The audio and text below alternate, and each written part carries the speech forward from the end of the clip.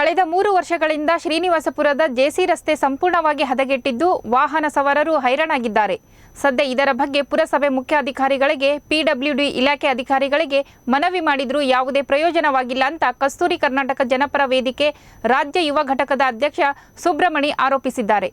ಇನ್ನು ರಸ್ತೆಯಲ್ಲಿ 3 ಆಸ್ಪತ್ರೆಗಳು ಹಾಗೂ ಪೋಸ್ಟ್ ಆಫೀಸ್ ಇದ್ದು ಪ್ರತಿನಿತ್ಯ ಸಾವಿರಾರು ಜನರು ಓಡಾಡುತ್ತಾರೆ. ಆದರೆ ಇದೀಗ ರಸ್ತೆ ಸಂಪೂರ್ಣವಾಗಿ ಹದಗೆಟ್ಟಿರುವ ಪರಿಣಾಮ ರೋಗಿಗಳಿಂದ ಹಿಡಿದು ವಯಸ್ಸಾದವರವರೆಗೂ ಎಲ್ಲರೂ ಓಡಾಟ ನಡೆಸಲು ಹರಸಾಹಸ ಪಡುವಂತಾಗಿದೆ ಅಂತ ಕಿಡಿಕಾರಿದ್ದಾರೆ. ಈ ಕೂಡಲೇ ಸಂಬಂಧಪಟ್ಟ ಅಧಿಕಾರಿಗಳು ಶಾಸಕರು ಗಮನ ಹರಿಸಿ ರಸ್ತೆ ದುರಸ್ತಿಪಡಿಸಲು ಆಗ್ರಹಿಸಿದ್ದಾರೆ. ನಮಸ್ಕಾರ. ಸುಮಾರು 3 ವರ್ಷದಿಂದ ಜೆಸಿ ರಸ್ತೆ ಪೋಸ್ಟ್ ಆಫೀಸ್ ಮುಂಭಾಗದ ಒಂದು ರಸ್ತೆ ಏನು ಕಾಮಗಾರಿ ಮಾಡುವಲ್ಲಿ ಈ ಶ್ರೀನಿವಾಸಪುರ ತಾಲೂಕು ಆಡಳಿತ ಅಧಿಕಾರಿಗಳು, PW ಅವರು, ಪುರಸಭೆ ಅಧಿಕಾರಿಗಳು ರಸ್ತೆಯನ್ನು ಕಾಮಗಾರಿ ಮಾಡುವಲ್ಲಿ ವಿಫಲ ಆಗಿರ್ತಾರೆ ಸುಮಾರು 3 ವರ್ಷದಿಂದ. ಕಸ್ತೂರಿ ಕರ್ನಾಟಕ ಜನಪರ ವೇದಿಕೆಯು ಒಂದು 5-6 ಬಾರಿ ಹೋರಾಟ ಮಾಡಿದೆ. ಸುಮಾರು 10 ಸಾರಿ ಮನವಿಯನ್ನು ಕೂಡ ಮಾಡಿದೆ. ಅವರಿಗೆ ಯಾವುದೇ ರೀತಿಯಾದಂಥ ಒಂದು ಪ್ರತಿಕ್ರಿಯೆ ನೀಡಿರೋದಿಲ್ಲ. ಇವಾಗ ಮಾಡ್ತೀವಿ, ಆವಾಗ ಮಾಡ್ತೀವಿ, PW ಅವ್ರ ಮೇಲೆ ಇವ್ರ ಮೇಲೆ ಅವರು ಸಬೂಬು ಹೇಳ್ಕೊಂಡು ಮಾಡ್ತಾಯಿದ್ರು. 1-2 ತಿಂಗಳ ಹಿಂದೆ ಒಂದು ದೊಡ್ಡ ಹೋರಾಟ ಮಾಡಿದ್ವಿ. 1 ತಿಂಗಳಲ್ಲಿ ರಸ್ತೆಯನ್ನು ಸಂಪೂರ್ಣ ಮಾಡಿಕೊಡ್ತೀವಿ ನಾವು ಅಂತ ಹೇಳಿದ್ರು. ಆದರೂ ಸಹ 2 ತಿಂಗಳಾಗಿದೆ. ಇದುವರೆಗೂ ಸ್ವಲ್ಪ ಚರಂಡಿ ಮಾಡಿದ್ದಾರೆ ಬಿಟ್ಟರೆ ರಸ್ತೆಯನ್ನು ಪೂರ್ಣ ಮಾಡೋ ಅಷ್ಟು ಇಲ್ಲ. ಇದು ಆಗಲಿಲ್ಲ ಅವ್ರ ಕೈಯಲ್ಲಿ. ತುಂಬ ಖಂಡನೀಯವಾಗಿ ಅವ್ರ ಮೇಲೆ ಬೀಳಬೇಕಾಗುತ್ತೆ. ಇವಾಗ ಕಸ್ತೂರಿ ಕರ್ನಾಟಕ ಜನಪರ ವೇದಿಕೆಯು 2-3 ದಿನದಲ್ಲಿ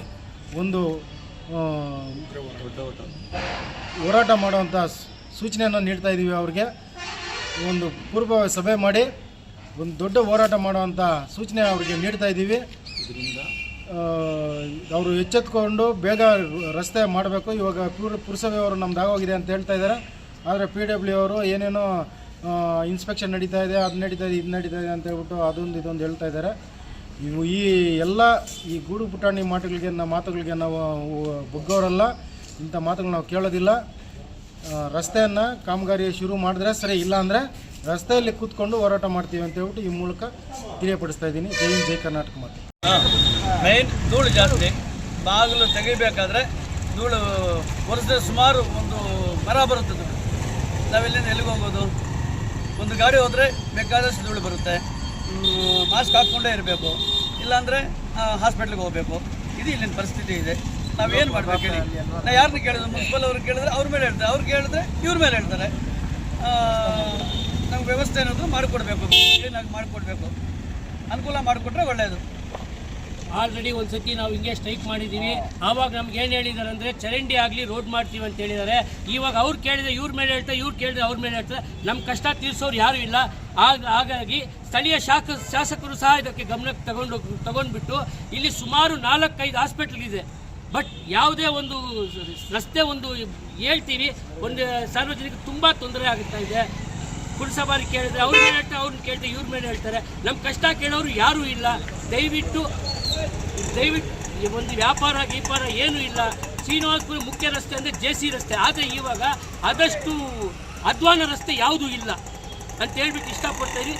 ಏನಂತಂದರೆ ಒಂದು ಸಮಾಚಾರ, ದಯವಿಟ್ಟು ಎಲ್ಲ ಅಧಿಕಾರಿಗಳಿಗೂ ಒಂದು ಮನವಿ ಮಾಡ್ತಾ ಇದ್ದೀವಿ.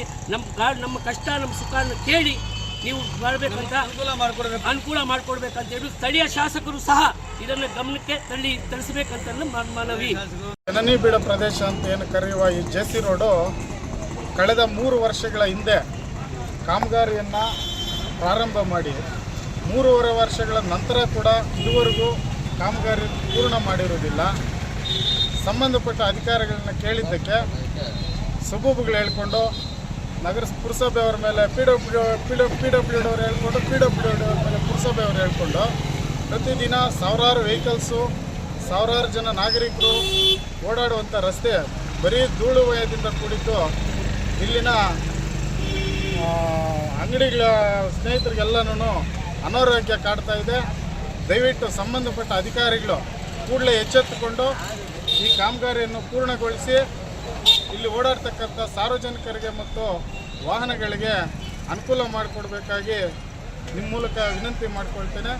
ಈಗಾಗಲೇ ಸುಮಾರು ಸಲ ಇದನ್ನು ಪ್ರತಿಭಟನೆ ಮಾಡಿ ಸಾರ್ವಜನಿಕರ ಮುಖಾಂತರ ಸರ್ಕಾರಕ್ಕೆ ಮನವಿ ಕೊಟ್ಟಿದ್ದರೂ ಕೂಡ ಇದುವರೆಗೂ ಯಾವುದೇ ರೀತಿಯಾದಂಥ ಪ್ರಯೋಜನ ಆಗಿರುವುದಿಲ್ಲ.